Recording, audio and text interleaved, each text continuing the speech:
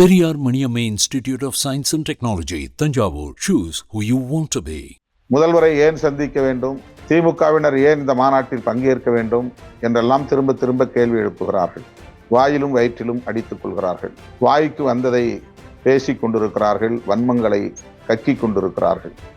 அரசியல் செய்யக்கூடிய சிலர் இதற்கு அரசியல் சாயம் பூசி இதன் வீரியத்தை நீர்த்து போகச் செய்கிற முயற்சியில் தொடர்ந்து ஈடுபட்டு வருகின்றனர். எத்தகைய கடுமையான அவதூறுகள் நமக்கு எதிராக பரப்பப்பட்டாலும் அதற்கு ஒருபோதும் நீங்கள் பதில் சொல்லுகிறோம் என்கிற பெயரால் எந்த கருத்தையும் பதிவு செய்ய வேண்டாம். அவர்களுக்கு உள்நோக்கம் இருக்கிறது, ஆகவே அதை செய்கிறார்கள். யாரோ ஒரு சக்தி அவர்களை தூண்டிவிடுகிறது, சனாதன சக்திகள் அவர்களுக்கு பின்னால் இருக்கிறார்கள், எனவே அவர்கள் ஆட்டம் போடுகிறார்கள் என்பதெல்லாம் நாம் அறிந்த உண்மை. சுவைத்தவர் நெஞ்சுமெல்லாம் சமைத்தவர் நிலைத்திட உங்கள் சமையலில் எங்கேயும் ஸ்ட்ராங் கட்டு பெருங்காயம். அக்டோபர் 2 நடைபெறவுள்ள மது மற்றும் போதைப் பொருள் ஒழிப்பு மகளிர் மாநாட்டுக்கான முன்னேற்பாடுகள் குறித்த கலந்தாய்வு கூட்டமாக இந்த கூட்டங்கள் நடைபெற்று வருகின்றன. இந்த கூட்டங்களில் பெருவாரியாக பெண்கள் ஆங்காங்கே பங்கேற்றார்கள். பெண்களின் பங்கேற்பு குறிப்பிடத்தகுந்ததாக கணிசமான அளவில் இருந்ததை நாம் அறிவோம். மிகுந்த ஆர்வத்தோடு கலந்தாய்வு கூட்டங்களில் பெண்கள் பங்கேற்று வருவது நம்பிக்கை அளிக்கிறது. நாடு முழுவதும் இது குறித்த விவாதம், உரையாடல் தொடர்ந்து நடைபெற்று வருகிறது. மக்கள் இதனை வரவேற்கிறார்கள். கட்சி சார்பற்ற நிலையில் இருக்கிற பொதுமக்கள் இந்த கோரிக்கையில் உள்ள நியாயத்தை உணர்ந்து விடுதலை சிறுத்தைகள் முன்னெடுக்கும் இந்த முயற்சியை ஊக்கப்படுத்தும் வகையில் வரவேற்பதை களத்தில் காண முடிகிறது. அரசியல் செய்யக்கூடிய சிலர் இதற்கு அரசியல் சாயம் பூசி இதன் வீரியத்தை நீர்த்து போகச் செய்கிற முயற்சியில் தொடர்ந்து ஈடுபட்டு வருகின்றனர். கடந்த 10 நாம் கொடுத்த பேட்டியில், செய்தியாளர்களின் சந்திப்பில் மிக தெளிவாக பதிவு செய்திருக்கிறோம். இதனை அரசியல் கணக்குகளோடு முடிச்சு போடக்கூடாது. தேர்தல் கூட்டணி என்று இதற்கு சாயம் பூசக்கூடாது என்று தெளிவுபடுத்தியும் கூட நம்முடைய கொள்கைகளுக்கு நேர் எதிரான பிற்போக்குவாத சக்திகள் இதனை ஒரு அரசியல் உரையாடலாக மாற்றி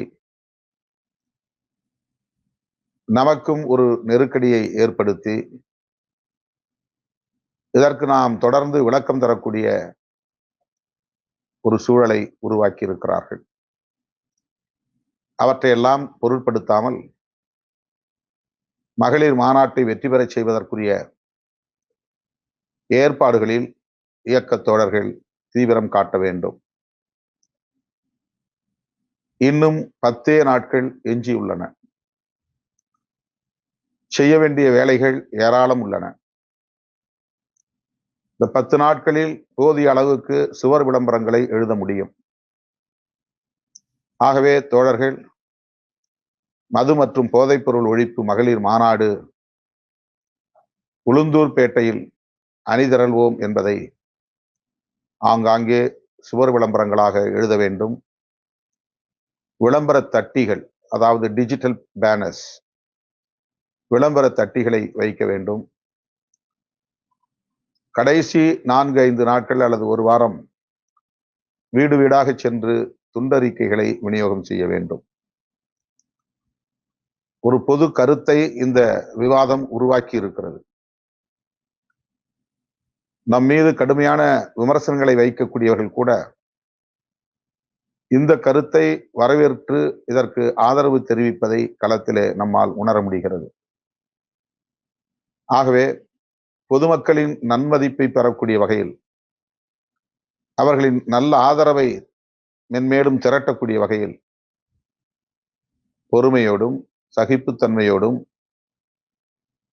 மக்களிடத்தில் இதை கொண்டு போய் சேர்க்க வேண்டும். எத்தகைய கடுமையான அவதூறுகள் நமக்கு எதிராக பரப்பப்பட்டாலும் அதற்கு ஒருபோதும் நீங்கள் பதில் சொல்லுகிறோம் என்கிற பெயரால் எந்த கருத்தையும் பதிவு செய்ய வேண்டாம், எதிர்வினை ஆற்ற வேண்டாம். இதுதான் நமக்கு நல்லது, நம்முடைய கோரிக்கை மேலும் வலிமை பெறுவதற்கு ஏதுவாக அமையும். ஆகவே நம்முடைய கொள்கை பகைவர்கள் கூச்சல் போடட்டும், கூக்குரல் எழுப்பட்டும், வாய்க்கு வந்தபடி அவர்கள் உளரட்டும். அந்த உளறல்களுக்கெல்லாம் நாம் விடை சொல்ல வேண்டிய தேவையில்லை.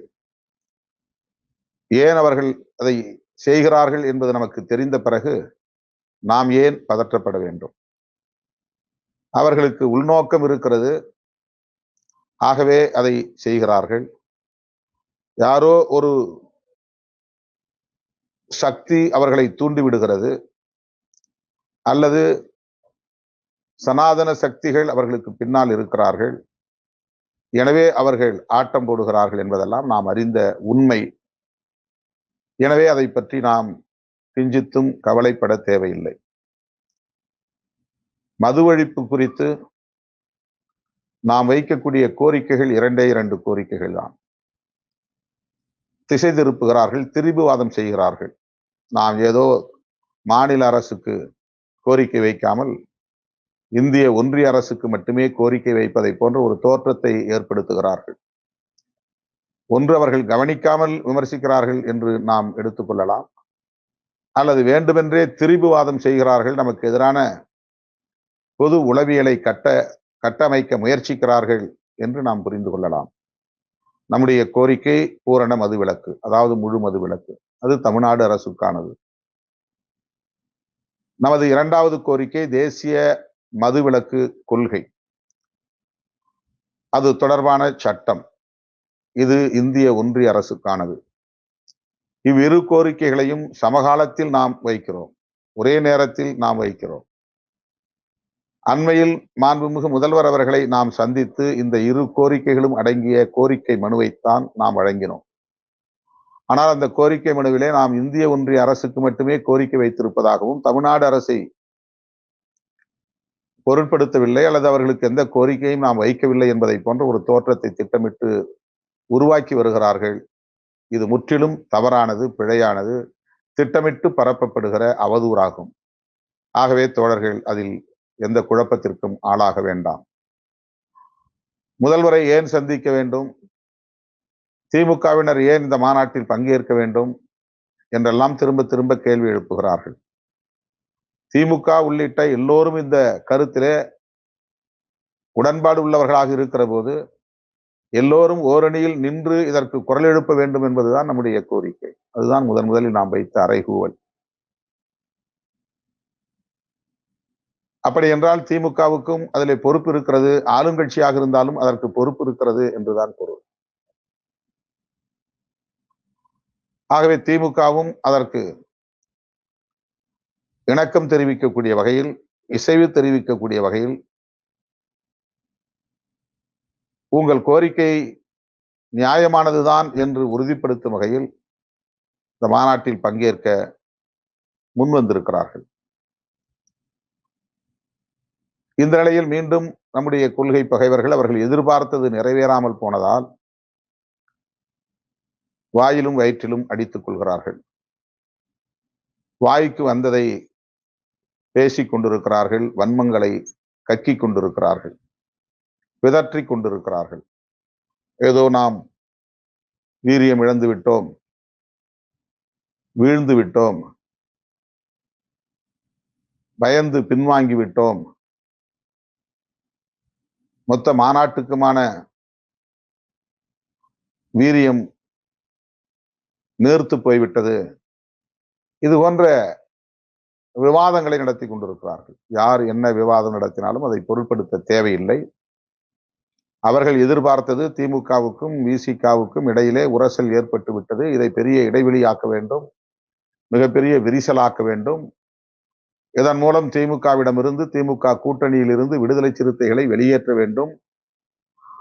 அதன் மூலம் திமுக கூட்டணியை பலவீனப்படுத்தி விடுதலை சிறுத்தைகளையும் நடுத்தருவிலே நிறுத்த வேண்டும் என்பதுதான் அந்த கொள்கை பகைவர்களின் ஒரே எதிர்பார்ப்பு.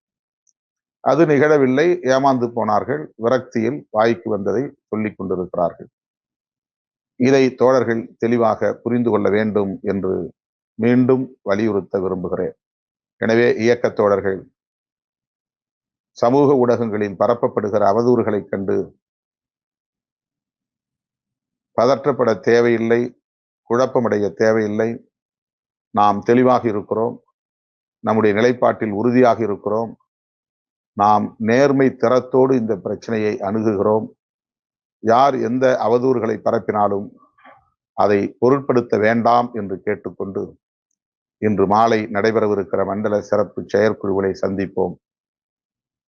மதுவை ஒழிப்போம், மனித வளம் காப்போம் என கூறி முடிக்கிறேன். நன்றி, வணக்கம். Periyar Maniamma Institute of Science and Technology, Tanjavur. Choose who you want to be. சுவைத்தவர் நெஞ்சுமெல்லாம் சமைத்தவர் நிலைத்திட உங்கள் சமையலில் எங்கேயும் ஸ்ட்ராங் கட்டு பெருங்காயம். மின்னம்பலம்.com தமிழின் முதல் மொபைல் பத்திரிகை.